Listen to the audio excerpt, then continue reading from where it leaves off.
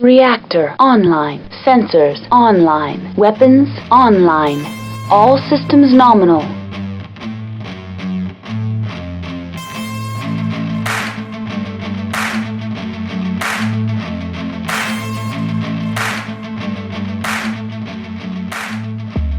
Hello, everyone. It is Carrie here with Unicorn Company, welcoming you to another episode. Today, we will be talking more about Alpha Strike, something I've been a bit remiss in, and we'll be looking at the much maligned Scorpion light tank. First, though, let's get into some news. So first, the Alpha Strike box set is in the wild. Additionally, a new rec guide has come out. This one is number 27. And has a galleon on the cover. Catalyst has also released the ERS-2 and Eris Premium Miniature. I apologize for the dog barking in the background. It's my neighbor. The Eris runs $14.99 and the Alpha Strike box retails for $79.99. I know I'm really looking forward to getting my hands on the box set and letting you know what I think of it. On the YouTube channel. With the box set on the horizon, and with one of my partners wanting to learn the game, I thought we would cover some interesting little things in Alpha Strike, as well as look at Rec Guide Ilclan Volume 26.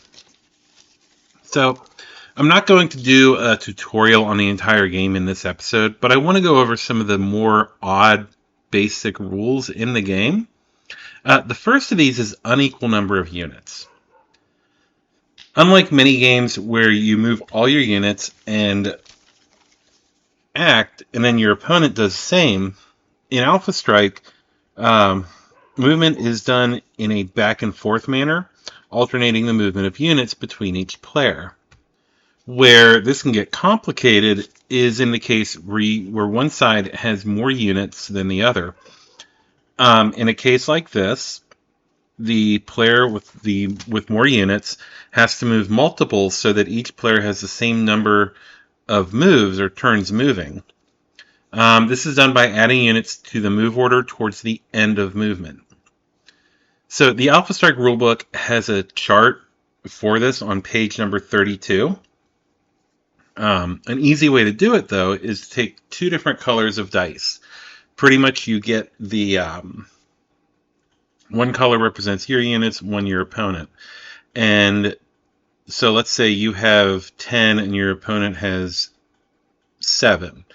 You would lay out all 7 dice in a row for your opponent, and you'd lay out 7 of yours, and then starting at the end, you'd start putting one additional going back towards the beginning. So that way you just remove a pair of dice, one for you, one for your opponent, each time each of you moves. And then when you get to the 2 on your stack and 1 on theirs, you know you have to move 2 and they move 1. And it's a very easy, very simple way to track movement. And since you would be using your dice anyway for tracking your movement modifier, it allows you to easily track your movement modifier and make sure that you all don't end up outside of that order, because that can happen, and when it does, it kind of sucks, especially if it messes up at the end where the person who doesn't have initiative ends up having an extra unit.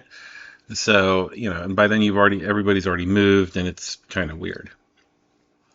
Another thing I want to mention in regards to movement is the movement types. There are 4 different ones, though you rarely see one of these used. In the main rules, you have ground movement, which is essentially a unit's standard movement with some notable exceptions. Jumping, which allows you to jump up to the distance on your card where it says J, like 6J or 7J, stuff like that. As well as over elevation up to half of your jump value, which a lot of people think it's the whole jump value. It's not. So if you have a jump of 8, you can jump over things that are 4 inches tall, which is a little bit different from the classic BattleTech game, where if you have jump of 8 or jump of 6, you can jump over everything that is your jump number. So that's a little bit different, but it's not really a big deal. And I think the reason that they did that is because jump distance in BattleTech does not equal jump height in BattleTech, which gets really weird. So, yeah, it's sort of a little weird little thing in that movement mode. Then you have standstill, which is like bracing for a shot, essentially. And that gives you a -1 to your target, or not to your target move modifier, but to your target number when you're rolling to hit an enemy unit with an attack. So if you would normally need a 7, you would get a 6. You'd need a 6 to hit. And finally, sprinting, which isn't often used, as you can only sprint while you sprint. You can't do any other actions. You can't drop off infantry. In scenarios, a lot of times you cannot claim the objectives, I think you might be allowed to contest in some. It depends on who's running it and what their rule set is. I don't know what the WolfNet format says. I think in the Unicorn format you can, which I haven't gotten out into the wild yet. And I want to say at Southern Assault you could contest but not hold if you had sprinted. Now, the only thing this changes is your distance. It is your normal movement times 1.5. It's only for ground movement. It does not change your movement modifier. So it doesn't make you any harder or easier to hit. It used to be a thing in, I want to say before Commander's Edition came out, when you had Alpha Strike and Alpha Strike Companion. Sprinting, I want to say it doubled your movement, actually. I might be wrong on that, but I do remember you were actually easier to hit. Also, evasion was a thing back then, which, evasion was terrifying. But I'm glad it's not a standard rule. Sprinting is a standard rule. But yeah, sprinting can be useful if you have a really slow unit, you want to get it into cover or something like that to set up for actually using on the next turn. It also, it comes in handy if you really, really need to contest an objective with something big or something like that. And then, of course, as I said, standstill, really useful for if you have a unit that already has a 0 movement mod and has everybody in range, there's no point in moving. You just stand there, take whatever you're going to take, and unless it has a place that it needs to go to, you just take what you're going to get and you dish out more damage than you normally would because you've got a better roll to hit. So the next thing I want to look at, though, is something in the combat phase.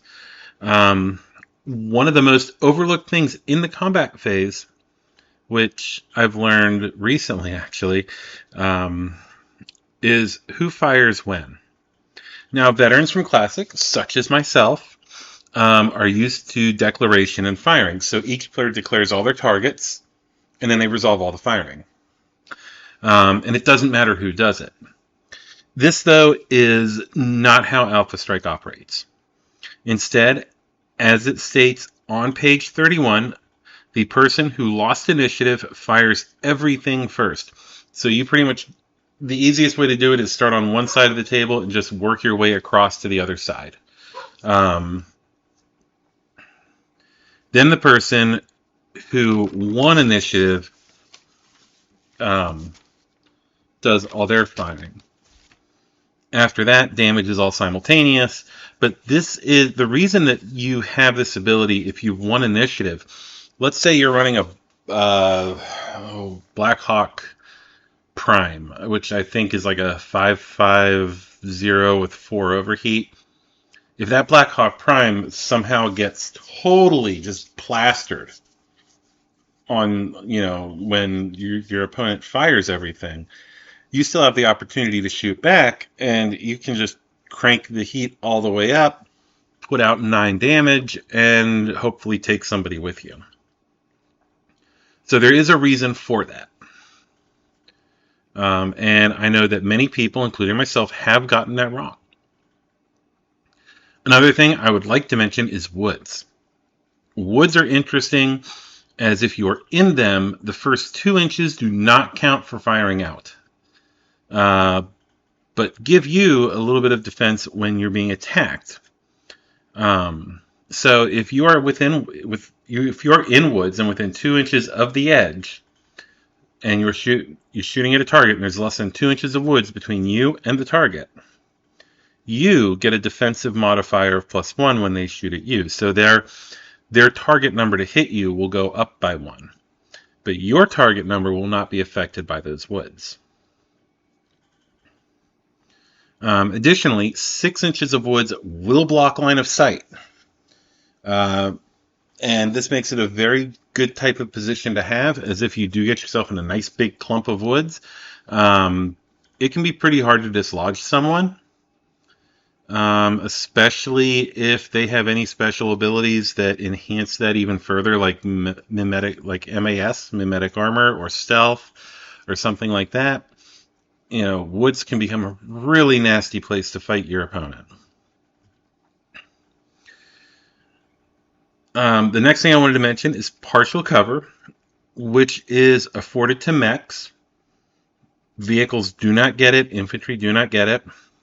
But it's afforded to them if more than 1/3 of a miniature is obstructed, but less than 2/3. If more than 2/3 of a unit is obstructed, you do not have line of sight. Okay? So when you go to a game, there are 2 forms of line of sight for Alpha Strike. There's practical line of sight and true line of sight. In practical line of sight, I didn't write down the page number, but there's a little set of templates that show you how big a mech is, which I want to say is 2 inches by 1 inch or 1.25, a vehicle, infantry, all that. And it's called practical because technically you can take that template, sit it behind the cover. That's what you can see. And that was made mainly to allow for the extreme variations in miniature size between mechs that happened just through the process of designing and everything with the miniatures from like Ral Partha and Iron Wind and stuff like that. And it's not their fault really. It's just that BattleTech had a quote unquote scale, but nothing was ever to scale. It was the reality of the situation at the time. And, when Alpha Strike was made, you had to have some way to compensate for that. With things getting more standardized, even within the 3D printing world. Like, for example, if you go to the BattleTech International 3D Printing Facebook page, they have all the mech heights listed. So you have a range of where a mech is supposed to be. So if you're printing a Marauder, you can look at the Marauder thing for the BattleTech 3D printing thing and know, okay, this is how tall a Marauder is supposed to be. It's pretty standardized in that regard. But if a model, regardless of true line of sight or practical line of sight, if more than 2/3 of the model is blocked, if you can only see an arm or like a weird fin on the top of the head or something like that, you cannot see the model. As far as game rules are concerned, you cannot see that unit to shoot it, and it cannot see you to shoot back. You two are blocked from line of sight.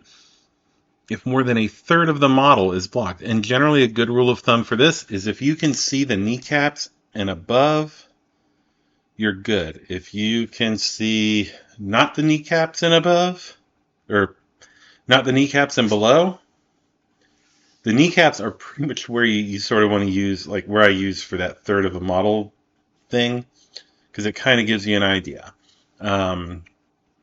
In a perfect world, all your line of sight blocking terrain is going to be like set at like about 24 millimeters and 44 to 24 millimeters to 44 millimeters, giving you perfectly, level 1, level 2. In the real world, that's just not how it works. Of course, the other thing you can do, you can agree with your opponent, what is level 1, thus creating a sort of weird mix of practical and true. That's not official, though. Officially, if you can't see more than a third of the model, you can't see the mech to shoot it. If you can't see more than a third of the tank, you can't see the tank. All of that. It's very specific on it. I do kind of like true line of sight in some ways, and I like practical in others. Because you will always have that person who will argue, well, I can see the arm of your mech, I can shoot. It's like, no, that's not more than a third of the miniature. I kind of wish they would go to a system like War Machine, where it's... And I know War Machine has its problems, don't get me wrong, but basically a practical line of sight system that creates a hexagon-shaped tube on the battlefield that is whatever the height they want it to be tall for a mech, and that is what you can see. And then for infantry and everything, you just use the same hex, just whatever height it is, and use that. But that's kind of going off into a tangent of, making it more,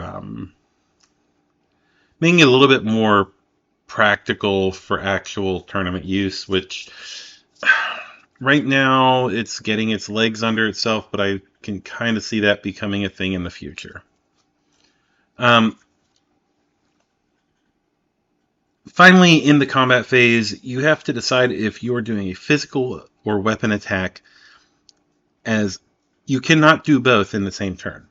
In classic Battletech, you can walk up to somebody, shoot them with all your guns, and then kick them in the shin, quite literally. And after doing so, they may or may not fall to the ground. In Alpha Strike, nope. You get to do one or the other, but not both. So if you want to walk up and hit somebody physically, you can do that. If you want to shoot them, you can do that. I will say that the majority of the time, at the tournament level at least, it just works out better to shoot them. I know, like, some of the tactics that I've used in the past would not work now because of rules that have changed over the course of years. Like, for example, charging.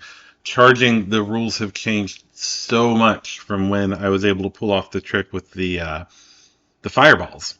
The experimental fireballs at Tennessee, where you literally would, because you didn't have to go in a straight line, you would just use 48 inches of movement and contact the enemy in the rear. And, yeah, all that movement, I forget the whole math behind it, but it came out ridiculously high for damage, and I think I took 1 damage in return, or no damage in return. Yeah.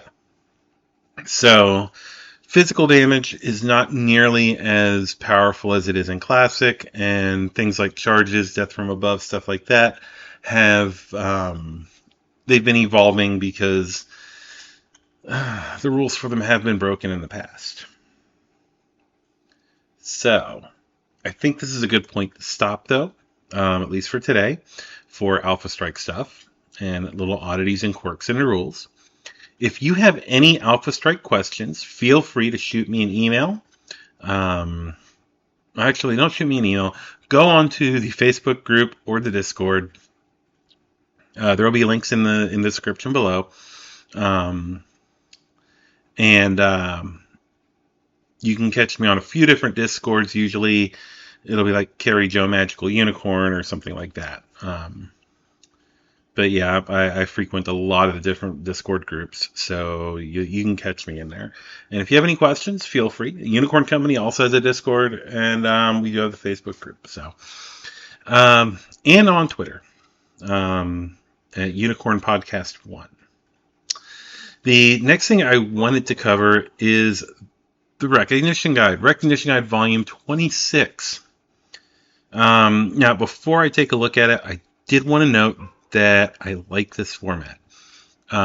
Here's the reason. It spreads out all the new toys over a large amount of time and in small bundles. I feel this leads to like a higher quality of product and also gives us something to look forward to between releases. And I'm going to talk about this for a second real quick, I guess. I have a soapbox, I can use it, right? So back in the day, I sound like an old person. Well, I kind of am. Anyway, back in like the 90s, when I got into BattleTech, oh, that's so long ago. I gotta stop doing that. Back when I first got into BattleTech, my first technical readout was Technical Readout 3025, not the one with the redacted designs or anything like that. It was the original 3025 and the 2750, and then I got 3050. I want to say at that point I was kind of caught up with my TROs. So I had my 3 tech readouts. And mind you, I didn't have a lot of money to spend on gaming at the time. I lived in the middle of nowhere. I didn't have a job. I literally had like this little amount of money. I was using Christmas money and allowance that I got for doing things and stuff like that. And oh my goodness, I need to give you all the backstory one day. I'm not going to do it right now, but what would happen is you have different kinds of lore hounds in BattleTech. I am mainly a tech person. Like, I love the technology of the game. I love the walking robots. The big stompy robots. I know they are robots technically. They're just anyway. But I love the big stompy robots. I love all the technology and and yes, I know it's the technology of the future of the 1980s. And a lot of people now don't look at it that way, but it's like, yeah, it's the future of 1982. So computers were these massive things, or it was not like it is now, where we have like laptops and phones or miniature computers themselves. But what kept me coming back to the game, or what kept me looking forward to books, were the new mechs.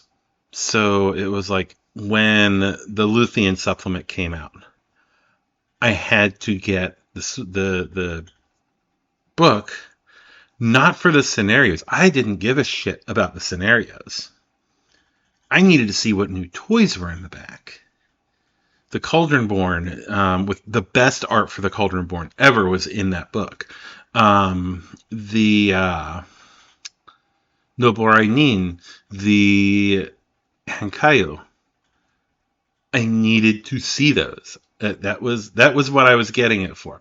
And it's been like that with all of the releases. Does it have a mech in the back of the book? I don't care about everything else. When the Periphery Source book came out, it was the Marshal. I needed to get it because it had the Marshal in the book. And the only way I could get that info was there was no Sarna. There was none of that other stuff. So the tech readout format was the biggest part of it for me because tech readouts would come out every so often. But they came out every so often. And for a person like me who loves the tech readouts and likes to read about like the weird quirks behind the designs of the mechs and the weird histories and all of that, the rec guides, every 2 weeks, there's new toys. New, pretty, shiny toys that I can look at and read about, and it gives me time to consume the last ones. So, like, for example, the last rec guide group they did was 24 issues. That's every 2 weeks, 24 issues. That's 48 weeks. That's an entire year of my life that I got to look forward to getting new toys every couple weeks just to see what was in the book. It's like, oh my God, what is in there this time? What do I get to read about? And some of them have been like amazingly awesome. Like, I'm not going to spoil it, but Rec Guide 27 has one of my favorite mechs in it. And it's like, oh my God, yes. So yeah, that's kind of one of the reasons I like this format. The other is it keeps people like me coming back. It gives me something to look forward to in the short term that is not, is not like a big product. It's not a huge product. It doesn't need a huge ton of development. So yeah, and they could literally backlog a bunch of stuff, have it sitting there waiting, and just work the product through an entire year. And it's going to make them money consistently over the course of that year. Because there are people like me who will always want to have the tech readouts, who will always go ahead and hunt them down and be like, yes, I need this. And yeah. So with all of that said, and you understanding why I really enjoy it, and why I think it's a good business model for Catalyst. I mean, I think they probably make more doing rec guides than they do tech readouts anyway, because it's a portion. I forget how much they charge. It's not a lot. But yeah, it's spread out over further time. You don't realize how much you're paying for it, which I know it sounds horrible. But you don't look at like $3 at a time or whatever. So yeah, that's I like it because it helps them. I like it because yeah. So anyway, let's get into Rec Guide 26. The first unit we see is the Condor Heavy Hover Tank in the Ultra configuration, which is new for the Rec Guide. The design looks solid with a mix of clan and inner sphere equipment. As far as the new art itself, I feel like it doesn't feel right. As the Condor, how it's depicted in City Tech was actually quite good. And the new one looks unrecognizably different. And that's from either the 3026 or the City Tech art. I feel like it doesn't feel like the same tank at all. It feels like they phoenixed it. The next entry is the Merlin. This isn't one that I have paid too much attention to in the past, as it always struck me as a lackluster unit at best. The art for the machine in TR 3055 was atrocious and was cleaned up very well in experimental tech readout Boondocks. Now, if we look at them, the XTR Boondocks and the new one,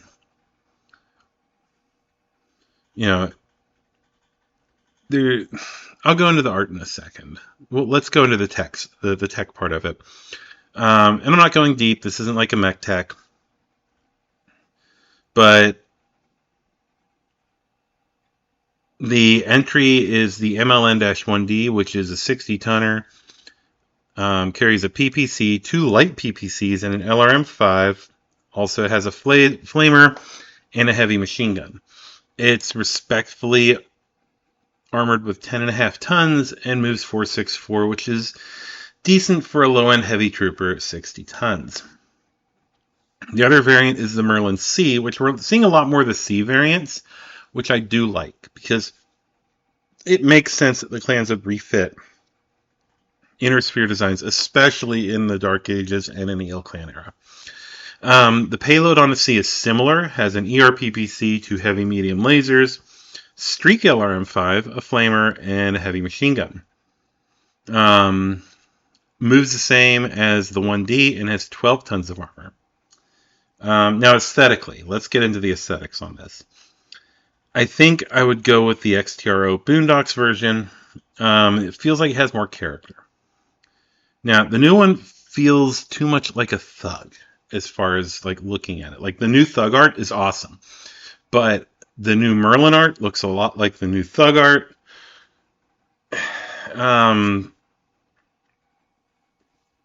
Yeah. The next unit is the Naga 2, which in the lore is essentially a reskinned woodsman with new configurations. The design carries a decent amount of base heat sinks and has more than respectable speed, which allows it to keep up with a Mad Cat. Which does give it an advantage over the original Woodsman design. But it does carry a light amount of armor for a mech of its size, with 9 tons on an 80-ton chassis.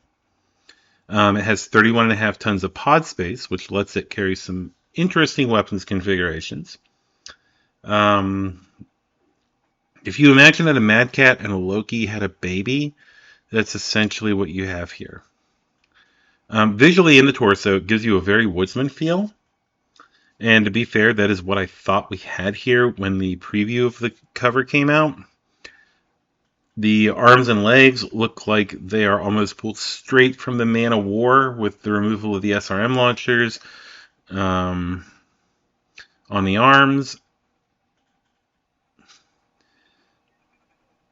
Now, in the 3-unit spread, there's 2 3-unit spreads in the back. We have an updated look Maxim, which feels more in line with its older art, just updated. Then the Condor, the Flea, which pulls heavily from the FLE-16 of TRO Succession Wars, with only slight changes, and a Hermes 2, which feels lackluster at best. It's hard to not mix it up with an Enforcer. There's a second page of updated designs as well, with a very recognizable Star Slayer and Quick Draw, as well as a new Caesar that has the feel of the original with a better look. All right, now I do have a hot take here, so some of you may not like this, in that I'm not the biggest fan of some of the new art, the redesigns. There are 2 reasons for this. The first is that oftentimes these designs are too blocky or are too generic in their look, as we now have units spanning roughly 400 years with the same design language. To put that in perspective, it would be like if the Sherman tank or the Lee persisted into the 2300s, and its design language was being carried by every unit anyone designed for that entire period. I mean, could you imagine an Abrams looking like a Sherman? Now, I understand the need for the redesigns, but I also feel they should be done in a way that helps differentiate them better through their design language. You should be able to look at a mech and tell, oh, that's a Star League mech. It has certain lines to it. It has certain, and that was the whole thing. Like they dropped a lot of the hard straight lines in Tech Readout 2750, specifically because the Star League was known for having more curved plate armor, stuff like that. It was like the original Marauder with Zendentry, I can't pronounce it, pod. That big curved back to it and all that. That was indicative of the design language of the Star League. A lot of curves, a lot of almost organic look to some of it. The Champion is a good example of this. The Crab, with that curved body. The Sentinel, unfortunately, was a pool ball with legs. The Kintaro. And mind you, I'm not defending a lot of this art. A lot of this art needed to be redone. Some of it, not as much as others. Like, we had a perfectly serviceable, beautiful, I shouldn't say serviceable, it's a beautiful metal Highlander that people are still doing amazing things with, and I prefer way over the new plastic Highlander. But it was felt that needed a redesign more than, say, the Champion, which definitely needed the redesign. The Crab, which had immeasurable problems in the whole leg setup, not the Crab, but the King Crab needed a redesign. The Crab itself, it needed a little work. The arms were kind of funky. It did not need the torso moved up to the front of the body, which, yeah, you'd have to be laying down to operate it the way they have it configured. But yeah, so, aesthetically, I think that they should do more to differentiate between when these mechs were designed and built and stuff like that. That's kind of my thing that I don't think people are agree with. And excuse me, I do not mean to yawn in your ear. But yeah, I think that's, it's a pretty reasonable hot take of all, if anything. I just feel like the design language needs to be more expressive of when a mech is built. Like, for example, the clans, the original Clan Invasion mechs, very specific design language to them, even with the redesigns. When you start getting past that, it starts to muddy. So, all right. Give me 1 second. All right. So before we get into our vehicle tech today, because we're going to be covering a tank, I want to go ahead and mention our sponsor, Fortress Games and Miniatures. Now, Fortress, obviously, they are my sponsor, but I did want to go ahead and let you know about them. They do carry a number of products, just about everything you would need for Battletech, including Ironwood Metal, Catalyst Game Labs, Fighting Piranha Graphics miniatures. They carry Battlefield in a Box stuff from Battlefront. They have a whole section of Battletech previously owned items. So if you are looking for one of the old source books or one of the old tech readouts, you can go ahead and scour their page and see what they have. And, go ahead and give it a look, because they have some awesome stuff on their page, and I highly recommend them. So when you get a chance, go ahead and check them out. Now, let's get into today's vehicle tech segment, I guess. So, the Scorpion. The little tank that could, sometimes. All right, so the Scorpion was initially produced in 2807 by Quickcell. Quickcell has a reputation for making shoddy products, getting them out quickly, and being dirt cheap. In fact, I believe some of their vehicles are actually flat packed and sent places, such as the Hetzer, if I recall correctly. Now, this design, the Scorpion, is so prolific that it has been produced by Quickcell, by Joint Equipment Systems, by Benson and Bjorn, by Hellespont Industries, and by Aldous Industries. So it is not like something that this vehicle is either being licensed out a lot, or it is just being copied all the time because of how simple it is. So what is essentially a budget tank can be found just about everywhere in the inner sphere. It's in the periphery. Everybody has these. Now, the original version of it is a light tank, and it's tracked. It weighs only 25 tons.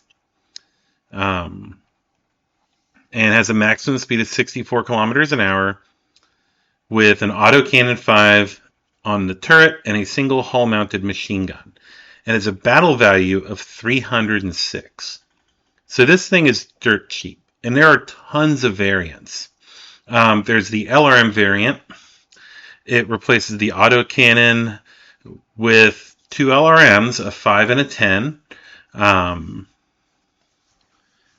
and has a battle value of 325. There's an SRM variant, basically turns it into a little SRM carrier with 2 SRM 6s and 3 tons of ammunition. Comes in at 373. So if you are, you don't want to buy an LRM carrier, or you just don't have time to get one, you can rip out the cannon and slap some missiles on this thing. There's a medium laser variant. It has 2 medium lasers instead of the autocannon, which actually improves its damage output at the cost of range. And also carries a ton of cargo. So I guess technically this thing is good for extended operations. Has a battle value of 320. Another missile variant that came out after the invention of medium-range missiles is the MRM version, and it has an MRM-20 in place of the autocannon. Has a battle value of 393. And of course, you also have other versions as well with autocannons, such as the light autocannon version, which came out in 3072. And it swaps out the single AC-5 for 2 light autocannon 2s with 45 rounds of ammunition. And yeah, I mean, all of them, I believe, retain the machine gun. Then you have 2 minesweepers. So there was a prototype version, the Capellan Confederation Armed Forces tried out at first, and they pretty much yanked the turret off, kind of like the Kangaroo Sherman. And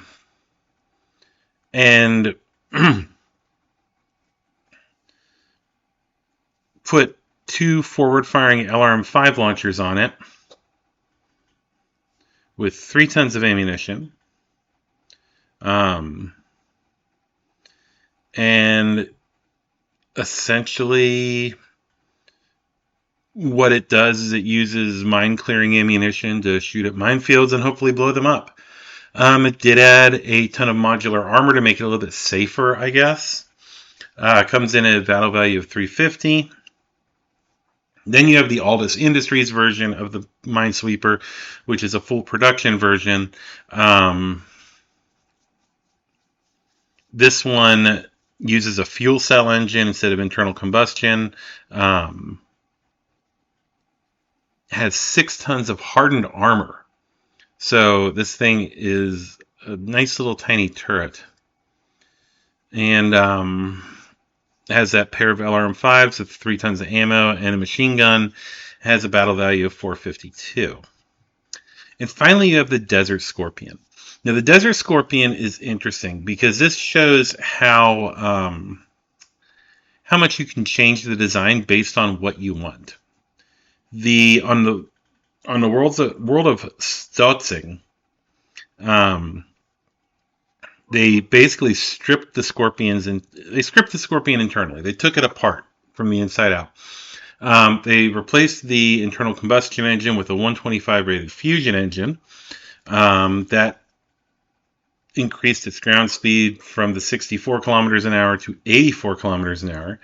It replaced the autocannon with a large laser and added an extra machine gun on the turret, so pretty much a coax. In addition to that, it has 7 tons of armor and case for its ammunition. So this thing is no joke. This is going from literally the bargain basement, El Cheapo,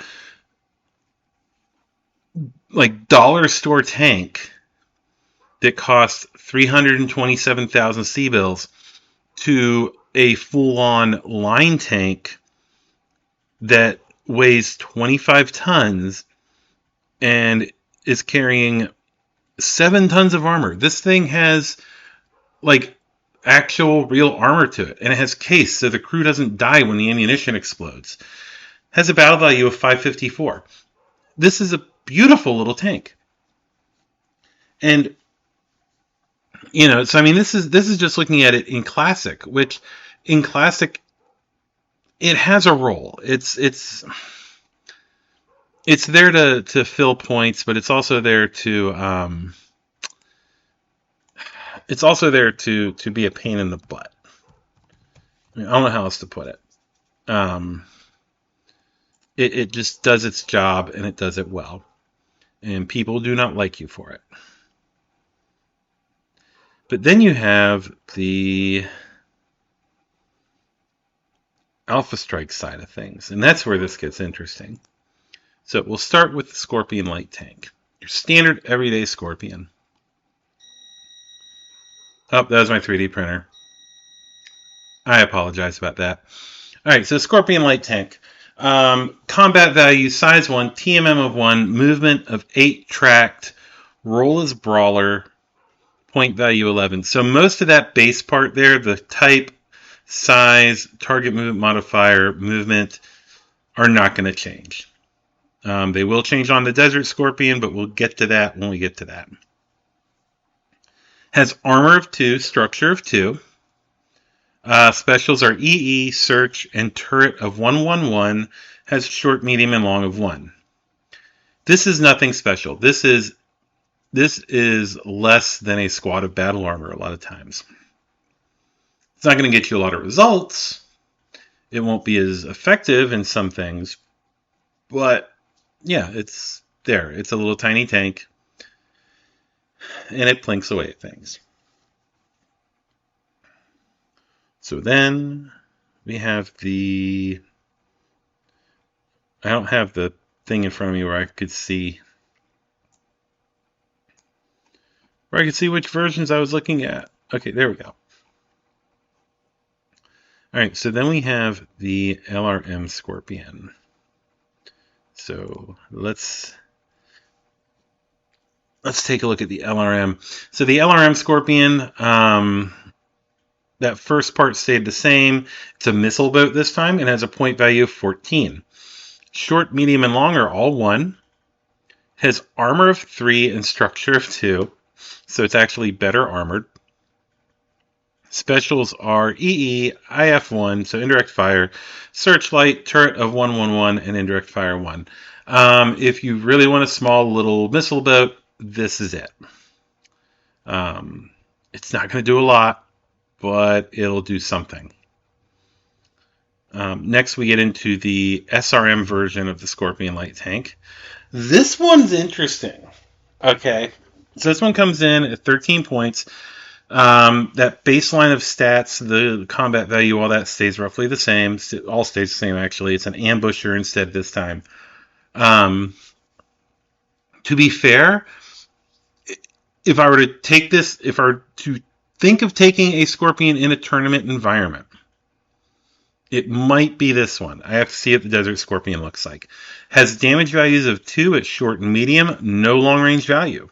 Armor of 2, structure of 2, specials are EE, searchlight, SRM of 2-2, turret 2-2-0, SRM 2-2. So this one follows those guidelines that I like to put out there of forget long range, because long range does you no favors in a competitive format unless you're playing on a 6x4. So don't worry about long range. Look for higher damage. And look for it at a value. This is all of that right here in the design. It's also the most damage output that we've seen on any of the Scorpions so far. Next, you have the medium laser variant.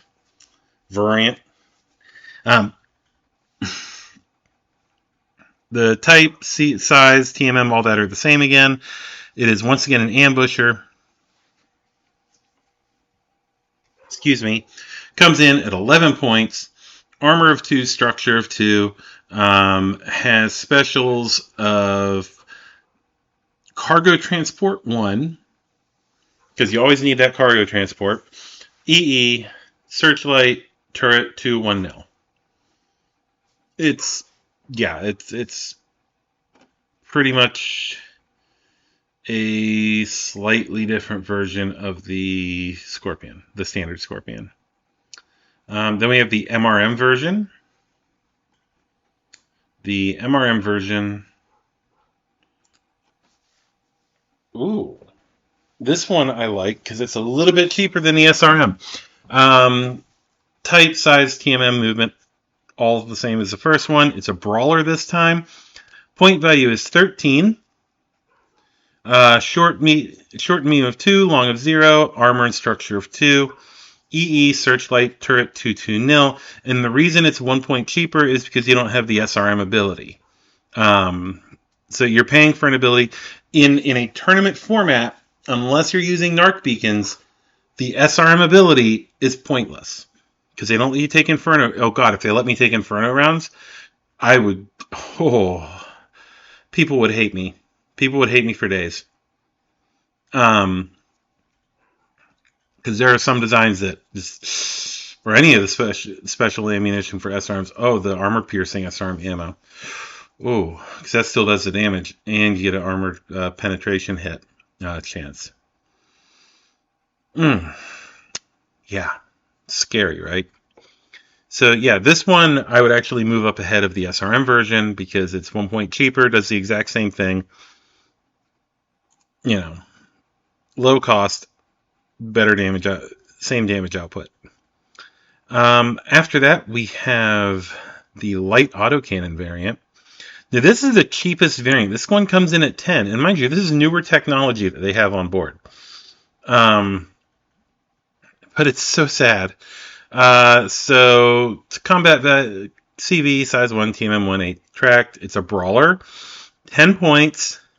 Short 1, medium, and long are 0 with a star, which means you have to roll to hit, and you have to roll to see if you actually do damage. Armor is 2, structure is 2, specials are EE, search, and turret 0 star at all 3 range brackets. You poor thing. Yeah, this poor little tank. Like, when you thought it couldn't get any worse, yeah. So then we have the Minesweepers. You have the prototype and the production. The prototype comes in at 12 points.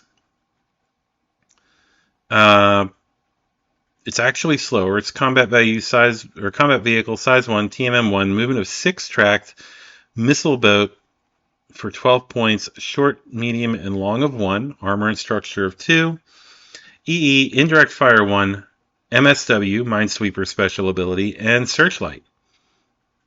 So, yeah, it's pretty much a Minesweeper, but it's as effective as the standard variant.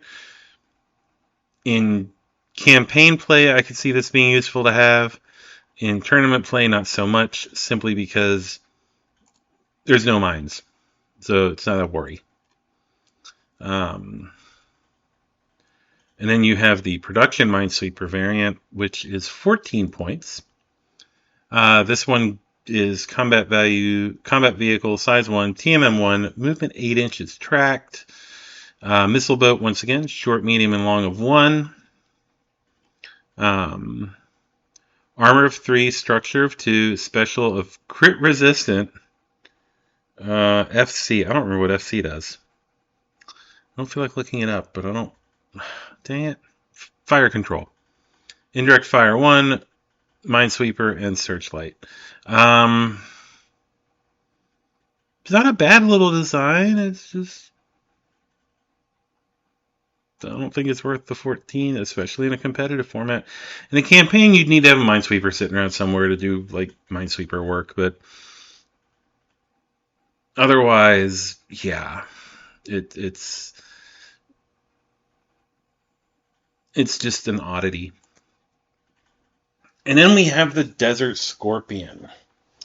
Stotzing's version of the tank, which is 17 points.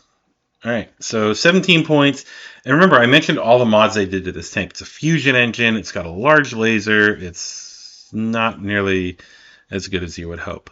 Alright, so it's combat value, size 1, TMM of 2, so it's a little harder to hit. Movement of 10 tracked. Has no roll.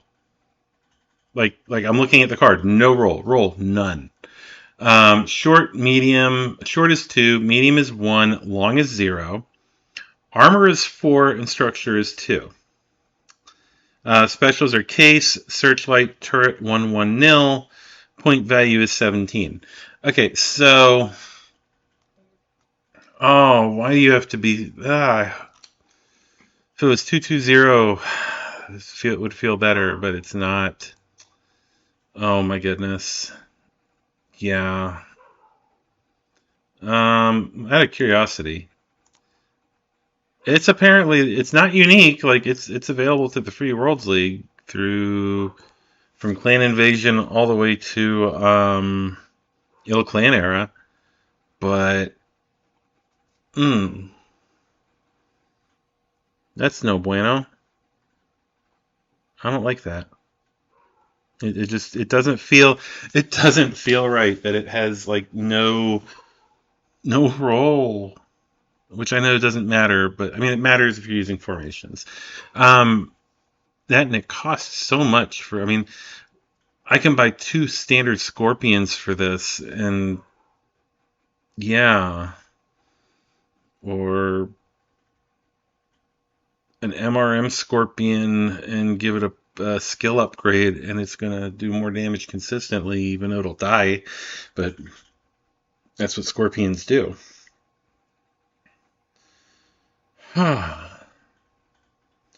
Yeah, I mean Scorpions. Okay, so all right, yes, I'm lamenting the Scorpion, but at the same time, the Scorpion has its place in Alpha Strike, where these are really fun.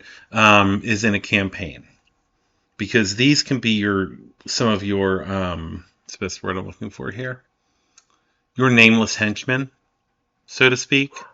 They're in numbers, they're a threat. By themselves, they're not. Like if you catch one on its own, it dies. It just zip dead. Okay, whatever. But if there's like a lance of them floating around somewhere, or a few different patrols of them that you have to avoid or that you have to take out, those little plinky guns are going to add up. And I have firsthand, one of my favorite things, because I played a game one time where there were no limits on the number of units you could take, but you had to all be in faction. So I ended up taking a lance of mechs, a lance of heavy and assault mechs, and essentially a company of Scorpions. I have never seen anything so terrifying as like a Daishi get swarmed with tanks. Like just completely surrounded and swarmed by little Scorpion tanks. And they just plinked it to death. And then one of them, I think it was a gladiator, the clan mech. It was sitting at long range, and the Daishi was all but dead at this point. So it shoots at that, gets a crit, rolls a 12 on its hit, rolls a 12 on the location, and one-shots a freaking clan assault mech. The Scorpion is like that little tiny scary monster that doesn't do much. It's like a piranha. One of them's not going to do a lot. A pack of them will eviscerate you. And that is what is so scary about the Scorpion, because they are so cheap. And they are so like in tournament play, yes, a Scorpion you might throw in there if you have the extra points sitting around, but you're probably going to get battle armor instead, because it's going to give you more utility. In campaign and narrative play, a good game master is going to use the Scorpion like the little henchman. It's not a threat by itself. But when it brings its friends, and then its Ontos friend shows up and starts flinging stuff at you, then you have to worry, you know? So, I guess in a way, this mech tech, this vehicle tech, is dedicated to all the little tiny things out there that by themselves, they're not scary at all. But when you get a bunch of them all together, yeah, they can be terrifying. So that is it for today's episode. I really hope you enjoyed it. If you like what we're doing here, if you like the podcast, please go to patreon.com/unicorn company. You can support the podcast there. I would also encourage you, obviously, go to Fortress, Fortress Miniatures and Games. Let them know that we are where you found them. But yeah, and also keep an eye in the description. Look in the description. You will find our Facebook page. Should be a Discord link. Should be a Patreon link, and also a link to our sponsor. So that is it for tonight. Everybody out there, have a great day, great evening, great weekend, wherever you are. This is Unicorn Actual, signing off.